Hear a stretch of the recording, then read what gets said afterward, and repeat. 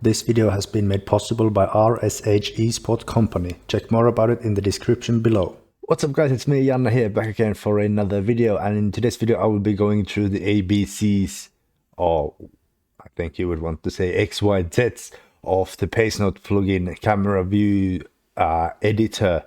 So in this video I will be showing how I set up my own cameras and will explain everything in the Pacenote plugin camera menu, if that's how you could say it.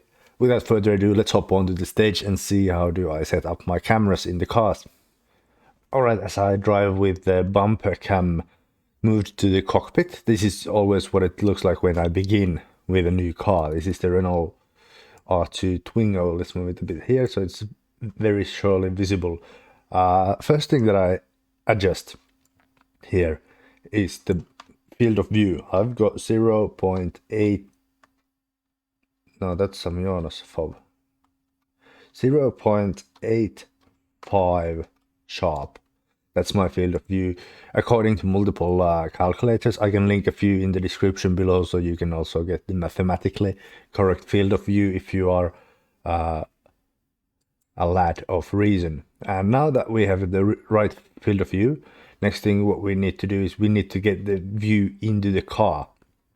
We have X, Y, and Z values here with the position and with the target as well. Position always changes where the camera is located on that Z axis, and target, it says that where that camera is sort of like looking at on that Z axis. So we will want to decrease, or actually increase, because we're working towards 0. So we want to do that. Now we are in the car, we can see the handbrake and the shifter and all that. We're a bit low, so we increase the Y value, but not too much yet, because I'm so anal with these that I want the steering column to be very much centered with my steering wheel. So roughly that is a good starting point. 0.33, and now I can see that it's a bit off already. And now that seems quite good. So from side to side, it's now good. And personally, I want to keep the X values at the same so that the camera is looking straight forward. And next up we have the Y value, I'd say, would be the next important thing. Or actually a bit of both with these. But we increase it a bit. Usually 0.90 is a good base. And then what I like to do with the Y target, we can see that the camera view is moving upwards, but something that I've slightly adapted from Jonas is that I tend to have it a bit more upwards than earlier. Earlier I could have run something like this, and that is just awful. But now I'm running something like this, I'd say.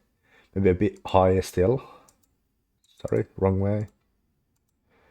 And I like to have 0.1 gap in here, almost pretty much regardless of what is the values here. It's just something that I like to stick to, and a bit more, so it looks quite good on here. And then I move the camera a bit forward still, so that now when I'm looking on my own setup, it looks like that the view on the screen is a continuation of my cockpit at home. The shifter is roughly there where it should be in the car, and also the handbrake and the steering wheel is close to that point. That way it needs to be maybe just a bit higher and a bit rearwards.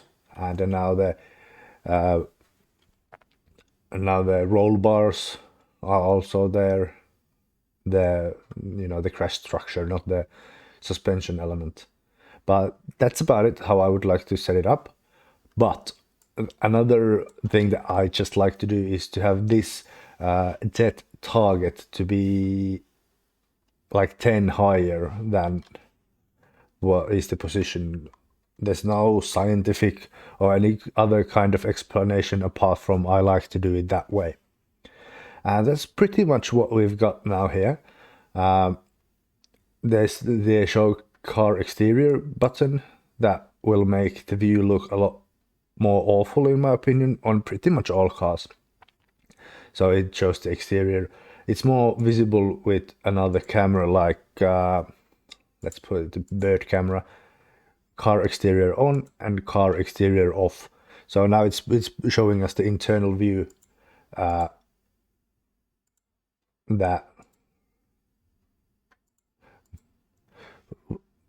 now it's showing us the internal view, which doesn't render anything extra and usually has a bit higher quality on the parts as well. And also the driver hands are not rendered here, and the wheel could move freely if I would have the wheel visible. And then one final thing is that the near value.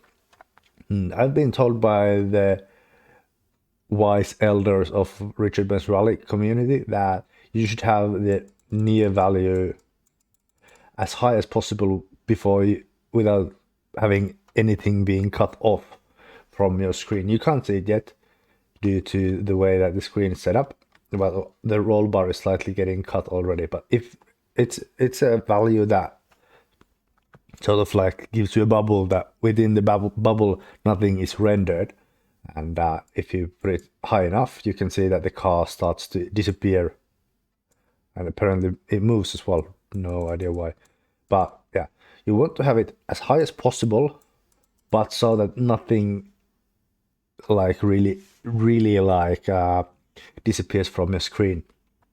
So in this case it's 0.2531 for me. I think I could get a few more decimals out, like 3.5 or something, but I can't be arsed.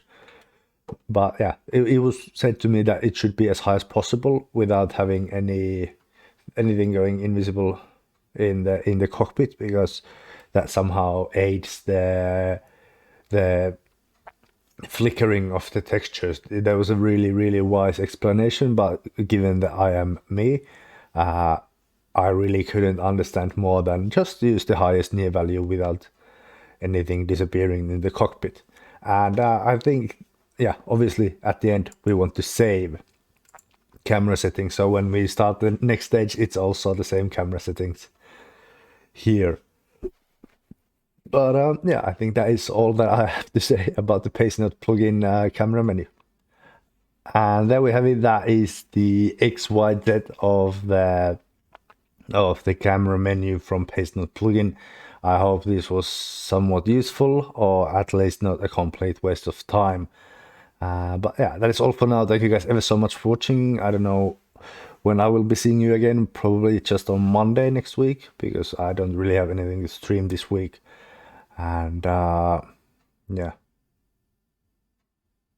don't really have anything to stream this weekend. But yeah, I'll see you guys on Monday again with another episode of Maximum Attack Mondays. Thank you all so much for watching. See you again. Bye.